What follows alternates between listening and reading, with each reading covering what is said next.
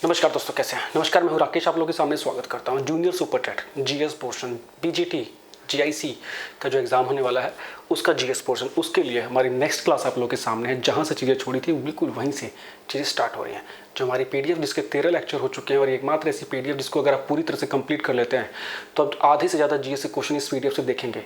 और आप अगर आपको ये लेक्चर पहली बार देख रहे हैं तो इससे पहले के लेक्चर जरूर देख लीजिएगा, आपको एक ग्लिम्स मिल जाएगा। और जहाँ से चीज़ें छोड़ी थी वहीं से शुरू कर रहा हूँ मैं, है ना। करीब पेज नंबर 238 के आसपास से मैं शुरू कर रहा हूँ। तो देखिए, ये क्वेश्चंस सभी शिक्षण परीक्षाओं प्लस उत्तर प्रदेश पीसीएस की जितनी परीक्षाएं हुई हैं उससे लिए गए हैं। और इसमें अगर आप किसी भी टीचिंग एग्जाम की जीएस पोर्शन को रेडी कर रहे हैं तो यहाँ से सीधे सीधे क्वेश्चन देखने को मिलेंगे। इवन पीसीएस या आरओ की प्रिपरेशन कर रहे हैं तो भी आप लोगों को यहाँ से ग्लिम्स मिलेंगे। ठीक है, खैर ये डेडिकेटेड कर रहे हैं पीजीटी जीआईसी के जीएस पोर्शन और जूनियर सुपर टेट के लिए। क्वेश्चंस आप लोग के सामने लगे हुए हैं, ये देखते हैं। ये क्वेश्चन देखिए क्या बोल रहा है। वर्तमान जनसंख्या, जो प्रेजेंट पॉपुलेशन है, वर्तमान जनसंख्या के सुखों का परित्याग किए बिना, मतलब वर्तमान जो पॉपुलेशन है उसकी नीड को फुलफिल करके, है ना, और भविष्य के लिए भी रिसोर्सेज बचाने को क्या कहा जाता है। कितनी कैसा घूम के क्वेश्चन आया है।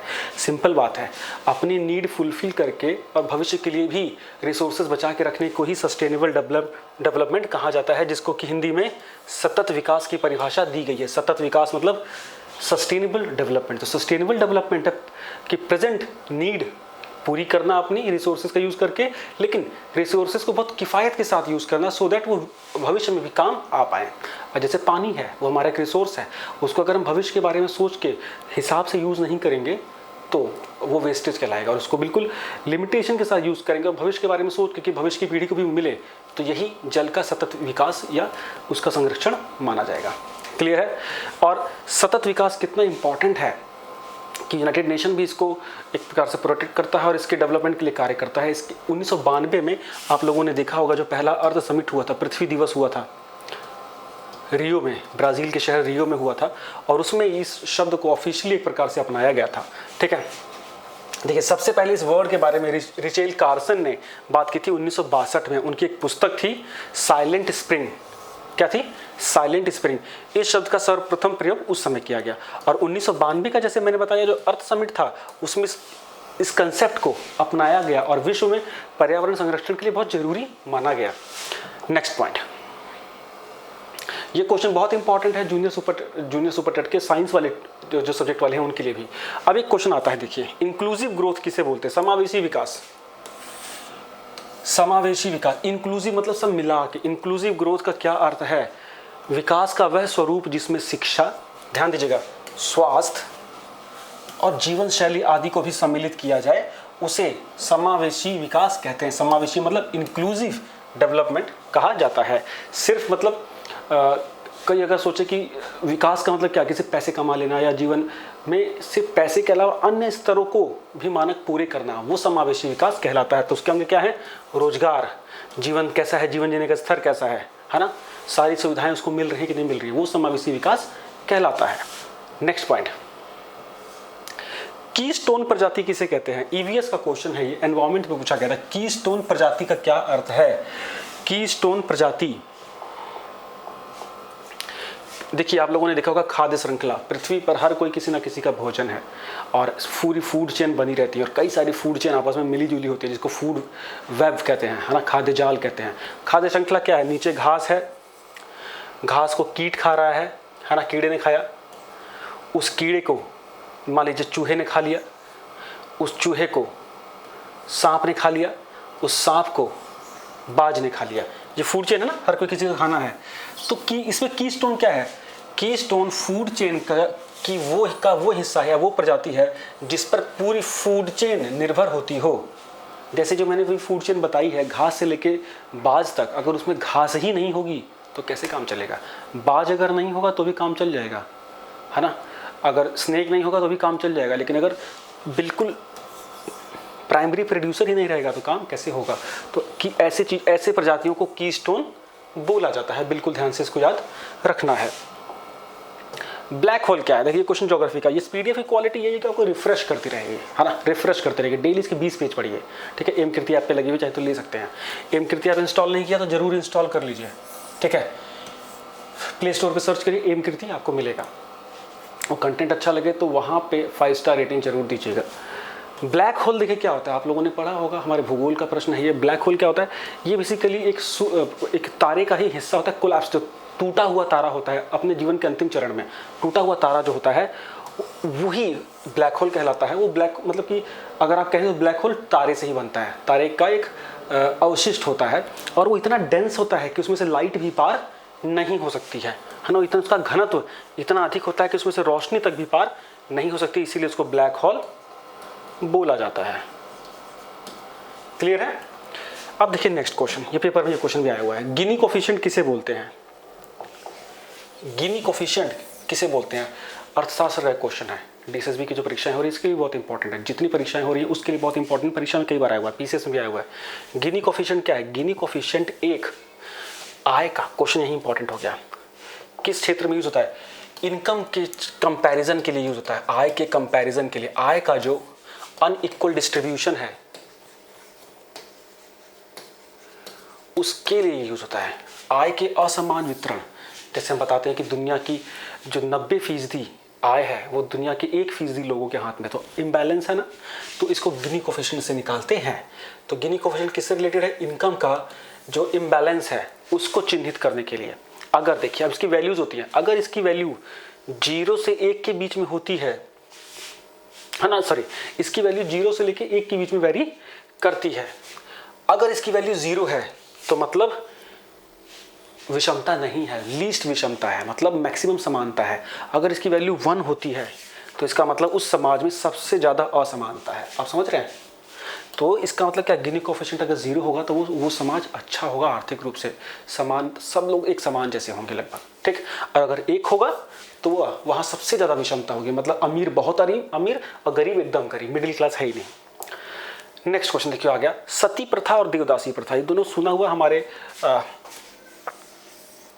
प्राचीन भारत में आप लोगों ने काफ़ी सुना होगा। सती व्यवस्था एक प्रकार से एक मानसिक बीमारी ही मानी जाएगी आप लोगों को, एक बहुत ऐसी रूढ़िवादी विधा थी भारत में जिससे कि भारत को निपटने में बहुत समय लगा।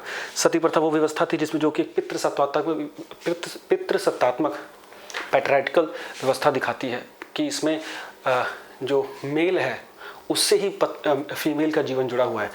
इसके अंदर क्या होता था, पति की अगर मृत्यु हो जाती थी तो पत्नी के जीवन को भी खाली माना जाता था कि उसके जीने का कोई औचित्य नहीं है, और इसी के तहत पति के बॉडी के साथ उस महिला को या उसकी वाइफ को भी जला दिया जाता था, या मतलब उसको जो भी उसके क्रियाकर्म होते थे। तो इसके अंतर्गत क्या था कि पति के साथ ही जो उसकी पत्नी थी उसको भी जला दिया जाना। और दूसरी थी देवदासी प्रथा। देवदासी प्रथा थी मंदिरों में नर्तकी होती थी जो ईश्वर की पूजा करती थी, है ना, या दासियां बोल सकते हैं, जो मंदिरों में नृत्य करती थी, ईश्वर गान करती थी, उनको देवदासी बोले जाते थे। और ये सदर्न इंडिया में बहुत फेमस हुआ था, दक्षिण भारत में, दक्षिण भारत से इसकी शुरुआत हुई थी। सती प्रथा की भी शुरुआत कहीं ना कहीं दक्षिण भारत से मानी जाती है। इन दोनों प्रथा की जो शुरुआत थी वो बहुत ज़्यादा विकसित हुई चोल पीरियड में, चोलास के पीरियड में, चोल साम्राज्य का विशेष क्वेश्चन आता है देवदासी प्रथा के साथ, ठीक है। सती प्रथा तो आप देखेंगे उत्तर भारत में भी बहुत ज़्यादा डोमिनेंट था, खासतौर से पिछड़े हुए क्षेत्रों में, राजस्थान वगैरह में सती प्रथा के अभी तक भी आप लोग को साक्ष्य मिलते हैं। इसके बाद अगर अगला क्वेश्चन देखें, अब देखो साइंस का क्वेश्चन आ गया है। ये 2 प्रकार के सेल होते हैं, प्रोकैरियोटिक और यूकैरियोटिक। ये हमारी जो कोशिकाएं होती है उसको उनके विकास के आधार पर 2 भागों में बांट दिया जाता है। अगर कोई कोशिका पूरी तरह से विकसित है तो यूकैरियोटिक, अगर वो अर्ध विकसित है, पूरी तरह से विकसित नहीं है तो प्रोकैरियोटिक। बैक्टीरिया एक बहुत अच्छा एग्जाम्पल है इसका। अब पूर्ण रूप से डेवलप कोशिकाएं हमारी पौधों की, एनिमल्स की, है ना। प्रोकैरियोटिक में न्यूक्लियस होता ही नहीं है, नाभिक नहीं होता है, क्योंकि वो डेवलप ही नहीं है, नाभिक होगा ही नहीं, नाभिक मतलब मेन चीज, जबकि यूकैरियोटिक में नाभिक होता है, ठीक है। तो इसमें भी कोई दिक्कत नहीं है। क्लियर? बहुत सिंपल है, बहुत सीधे तरीके से टू द पॉइंट आपको चीजें याद रखनी है।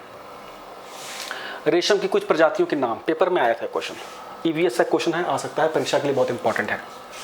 रेशम की कुछ इंपॉर्टेंट प्रजातियां, mulberry, tropical tasar, okay tasar, eri और मूंगा। ध्यान दीजिएगा, इंग्लिश हिंदी दोनों में इसको यही बोलेंगे। ये पीडीएफ में बार बार बोल रहा हूँ, अवेलेबल है, आप चाहें तो इसको ले सकते हैं कीर्ति ऐप पे। और जितने हमारे लेक्चर हैं तो सारे अगर देख ले तो भी आपकी पीडीएफ कंप्लीट हो जाएगी। अब देखिए, ये सारी प्रजातियाँ भारत में मिलती हैं। तो भारत ऐसा एकमात्र बहुत गिने चुने देशों में शामिल है जहाँ ये 5 प्रजातियाँ मिलती हैं। तो 5 को याद रखना जरूरी है। ये क्वेश्चन देखिए आरओ में या पीसीएस में भी क्वेश्चन ये बन सकता है। अब देखिए, रेशम का सर्वाधिक यूज कौन करता है, उत्पादन प्रोडक्शन कौन करता है, चाइना करता है। सिल्क रूट याद है आपको, चाइना से रिलेटेड है, ओल्डेस्ट। अब देखिए, एग्रीकल्चर में टैक्स कौन लगाता है, थोड़ा अर्थशास्त्र से संबंधित लगा लीजिए। कृषि पर टैक्स लगाने का अधिकार किसका है, राज्य का है, राज्य सरकार, है ना, बिकॉज ये स्टेट लिस्ट का विषय है। ठीक है, क्लियर है। मेरे हिसाब से पेन से आवाज़ नहीं आ रही होगी तो थोड़ा स्मूथ हो रही चीज़ें। नेक्स्ट, फसल बीमा, क्रॉप इंश्योरेंस। अभी भी क्रॉप इंश्योरेंस भारत में समय समय पे अलग अलग फसल बीमाएँ आई हैं, जिसका लक्ष्य था कि किसानों की जो फसल है उसको अगर उस पर कोई आपदा आती है तो उस पर कम से कम उनको मुआवजा मिल सके। वर्तमान में भी प्रधानमंत्री फसल बीमा योजना है। पहली बार फसल बीमा योजना कब आई थी, 1985 में, याद रखिएगा। 1985 में खरीफ फसलों के लिए, खरीफ फसल जो गर्मी में बोई जाती है जैसे धान, रबी की फसल जो सर्दी में बोई जाती है जैसे गेहूँ, जायद फसल जो इनके बीच में बोई जाती है जैसे ककड़ी, तरबूज। ठीक है, वर्तमान में जो प्रधानमंत्री फसल बीमा योजना है इसके तहत 33% भी अगर फसल नुकसान होती है तो उसका इंश्योरेंस क्लेम दिया जाएगा। ठीक है, इसमें जो नकदी फसल होती है इसका प्रीमियम 5% तक हो सकता है, और जो नॉर्मल फसल है, जो खाद्यान्न फसल है, उस पर 2% अधिकतम आपका इंश्योरेंस का जो क्या बोलेंगे उसको, किस्त पड़ेगी जो साल की होती है।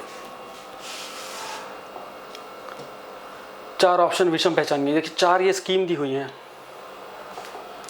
MNREGA Mahatma Gandhi, NRLM national rural literacy mission, RMSA step, ये क्या है, लिटरेसी मिशन नहीं, आजीविका मिशन है, लाइवलीहुड है, sorry, national rural livelihood mission.